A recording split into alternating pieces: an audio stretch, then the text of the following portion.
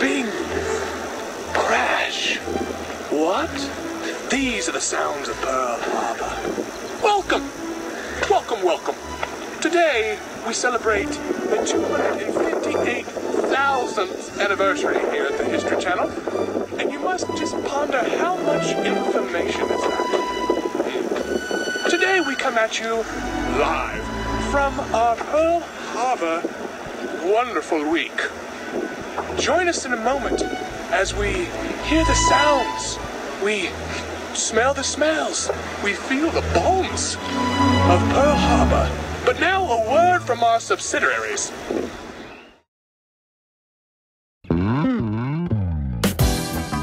Hello, bodybuilders. I'm here to promote whey, a wonderful substance. This is very tasty in your tummy and helps build muscle, and also builds caterpillar character.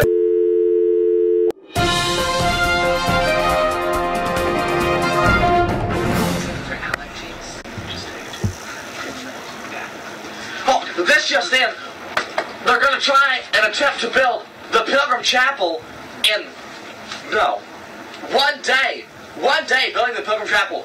This will be rivaling the building of the 3 Chick-fil-A's in a week. I don't believe it. Let's check it out. Bob?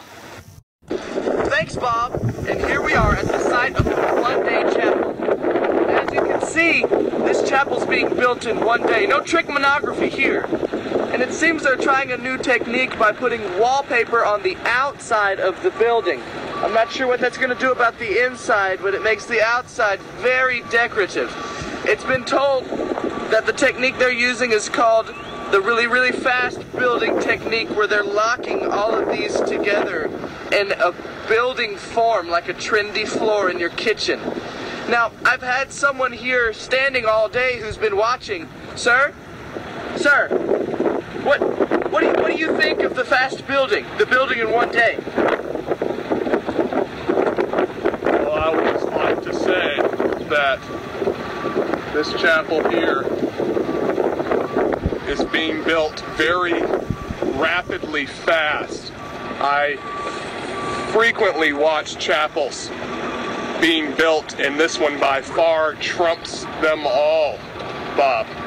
Well, there you have it. From someone who knows, it's being built very fast and in one day. Thanks, Bob. And now, back to your regular broadcasting.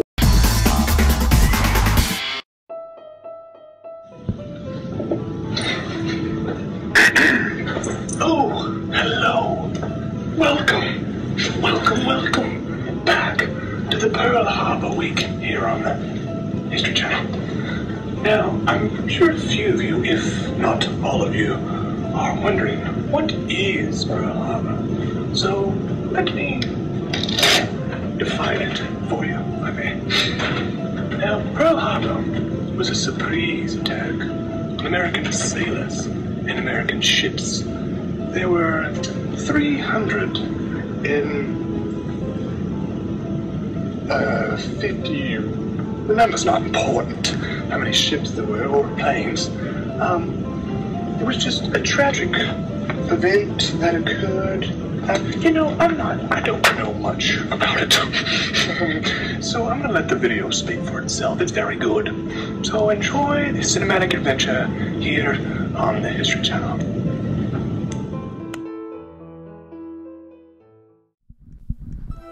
On December 7th, 1941, two Army privates running the radar station are suddenly startled by blimps on the screen.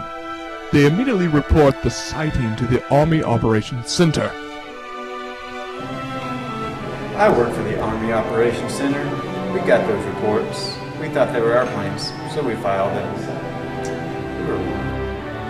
They are dismissed, thought to be U.S. planes coming from the mainland. There was an armada of 353 planes headed to Pearl Harbor to launch a devastating surprise attack in two mighty waves. For many people in Hawaii, military and civilian alike, it's a sleep-in Sunday morning.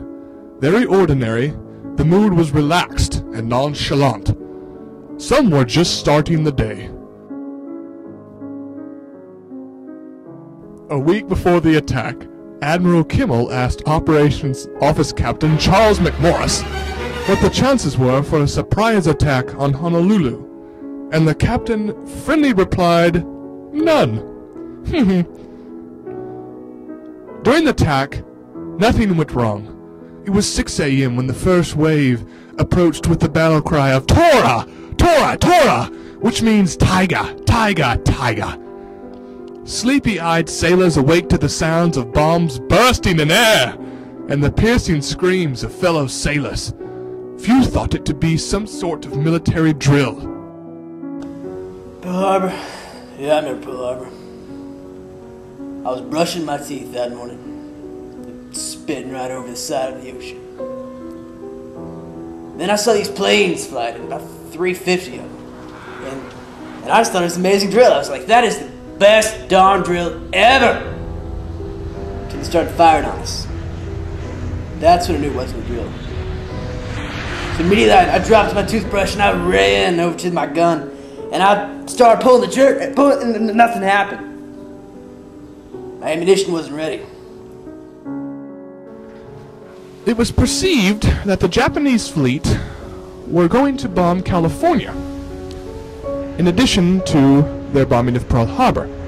However, the Japanese general thought that once they had bombed Pearl Harbor, they would no longer have the element of surprise in their mighty little arsenal left for their surprise attack of California's naval base, quote-unquote, so they did not, and they stuck to the plan and only bombed Pearl Harbor. Prior to Pearl Harbor, the Japanese military had been developing a new kind of war machine, the midget submarine.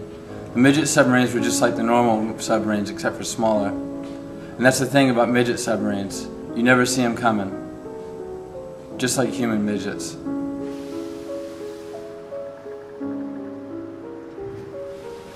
The attack wrecked 2 U.S. Navy battleships, 1 mine layer, and 2 destroyers beyond repair, and destroyed 188 aircraft. Personal losses were 2,388 killed and 1,178 wounded. Damaged warships included 3 cruisers, a destroyer, and 6 battleships. 1 deliberately grounded, later refloated and repaired. 2 sunk at their berths, later raised, repaired, and eventually restored to fleet service. Vital fuel storage, shipyard maintenance, and headquarters facilities were not hit. Japanese losses were minimal, at 29 aircraft and 5 midget submarines, with 65 servicemen killed or wounded. Don't you worry, we did get a few punches in there.